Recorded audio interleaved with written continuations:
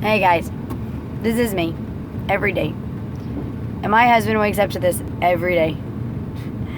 I have no makeup on. I have a ball cap on because it's raining outside. And I think I look like shit.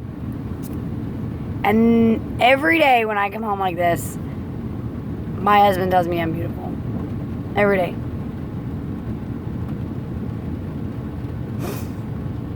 I don't know how lucky what I could have done to get so lucky to have a man like him. And today is our 10-year anniversary. 10-year anniversary. Sorry, I'm getting a little choked up. 10-year anniversary. And he has been there and he has been my rock for so long. And I don't even know what it would be like to date today. I wouldn't want to know what it would be like to date today because I married my best friend. And when I mean I married my best friend, I literally can tell him anything. And he thinks I'm funny. And he laughs. And those are relationship goals that you want. You want somebody to be there for you no matter what. Whether you look like shit. Whether you look like hell. Whether you look amazing. And for women, that's very important. What we look like, right? Like, oh my gosh, I haven't taken a shower today. My husband got love, and even if those days where it's been like 2 or 3 days since I've had a shower, because those days do happen. All of you 17-year-old people out there that are like, oh my God, she's so gross. Yeah, that shit happens. Guess what? It's called being an adult. It's called being a parent. It's called not thinking about yourself. It's called selflessness. Look it up. It's in the dictionary. Those days when I just know that I feel like shit, and I just know that I feel the worst, or I feel like I'm doing a bad job as a mom, he backs me up every day and says, you know what?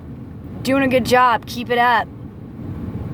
He pushes me more than anybody else I've ever met. And people wonder, they're like, how do you get to that point? There are times where we're like, I freaking hate you and I don't want to talk to you, or I love you, but I don't have to like you today. That happens.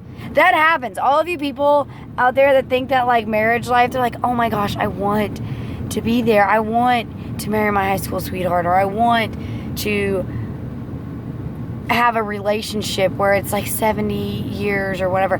Guess what? It takes a lot of damn work. It takes a lot of holding your tongue. It takes a lot of just being patient with that other person. Okay? We haven't always been like perfect. And don't get me wrong, we're not perfect. We have a lot of flaws. A lot of flaws. A perfect relationship is an imperfect one. If you're going and everything is like clockwork, there is something wrong with that relationship. Seriously. If you don't wake up every day and you're like, oh crap, what the heck am I going to do? Now, I'm not saying it's got to be drama, but with kids and life, it's not the same as when you're a teenager. It's not the same. Life just changes, like life is just, your priorities change along with life. And it's important for somebody that has been in a relationship this long to be able to grow with that person. And when I mean to be able to grow, I mean spiritually and emotionally and financially, if that's your goal. You guys have got to be on the same page. And you guys ultimately want the same things in life. Now, you don't have to believe the same way. Me and Kenny we don't have the same beliefs on hardly anything. Hardly anything, which makes our relationship awesome because we constantly have great conversations. That is what makes him my better half, is because he's different than I am. I wouldn't want someone the same as me because in all honesty, I couldn't handle someone the same as me. He is the most laid back, calm, collected, takes my crazy and just runs with it. And I balance out his calm collectiveness. Now, I'm not saying there aren't times where he gets out of control and is like, I can't stand this, or he gets upset, or not out of control, but more like just frustrated about things, because that's just life in general. Like, you're going to get frustrated. If you're not frustrated, I don't know what the hell's wrong with you, but there's something wrong with you. But these people that are like, oh, I want this. This did not happen overnight. There were a lot of tears. Okay? This man has sat beside me for 3 children. This man has sat beside me twice as I lifeline, bringing both of our kids into this world. Sitting there not knowing if I was going to come out of it. Sitting there praying, saying, you know what? I need this woman in my life. That is what it is. All these girls that are 13, 14 saying, oh my gosh, I'm so in love with him. we've been together for 2 weeks, and I think that. Shut up. You don't know what you're talking about. Because until you've literally seen somebody from the inside out, or you feel that you're going to lose them, and I mean lose them. I'm not talking about losing them to another woman. I'm talking about losing them like in spirit and like mind and body, and not there.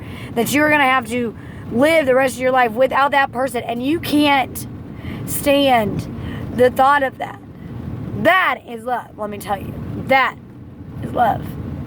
And I feel that every day when I see my husband. And I wake up every day thinking, how can I make my life better for him, for our family? What can I do to make his life a little easier today? That is what I think. Now, am I saying I get my way all the time? Hell no. Does he get his way all the time? No, not a chance.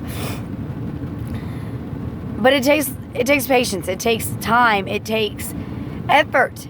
If you're not willing to put forth effort into a relationship, just don't do it. Love you, Kenny. Happy 10th.